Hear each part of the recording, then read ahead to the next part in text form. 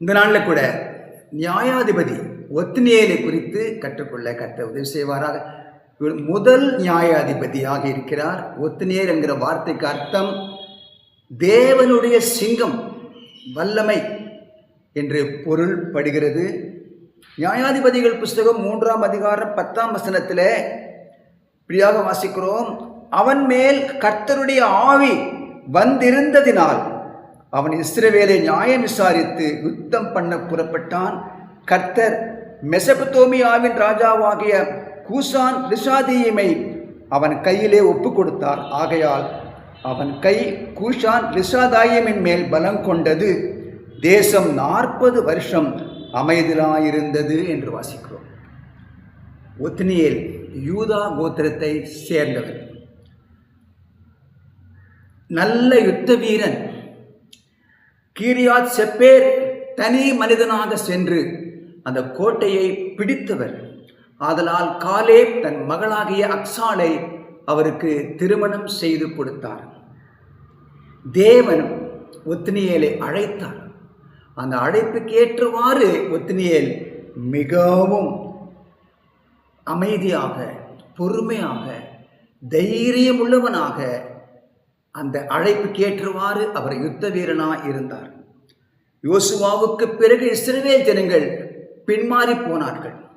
சுற்றி இருக்கிற புறஜாதி மக்களுடைய விக்கிரக ஆராதனையை அவர்கள் செய்கிறவர்களாயிருந்தார்கள். அவர்களுடைய பிள்ளைகள் தங்கள் பிள்ளைகளுக்கு திருமணம் செய்தார்கள், தங்கள் பிள்ளைகளை அவர்களுக்கு திருமணம் செய்து கொடுத்தார்கள். இப்படியாக அவர்கள் தேவனுக்கு கோபமூட்டினார்கள். தேவன் அவர்களை சத்துருவின் கையிலே ஒப்பு கொடுத்தார் என்று வாசிக்கிறோம். ஆனாலும் கூட இஸ்ரவேல் ஜனங்கள் கர்த்தரை நோக்கி முறையிட்ட போது, அவருடைய கஷ்டத்தில் முறையிட்ட போது தேவன் செவி கொடுத்தார். தேவன் ஒத்னியேலை அவருக்கு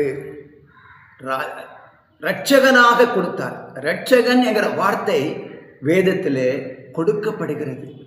எவ்வளவு உயர்ந்த ஒரு மேன்மையாக இருக்கிறது.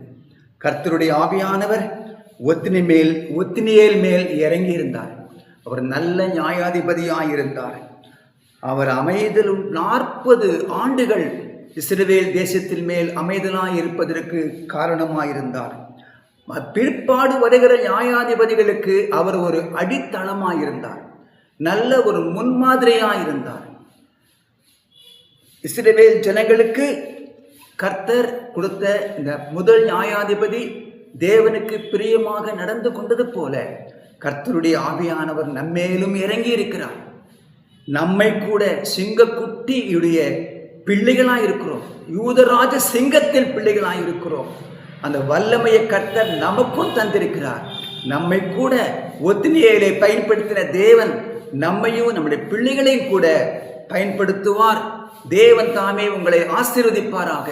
God bless you.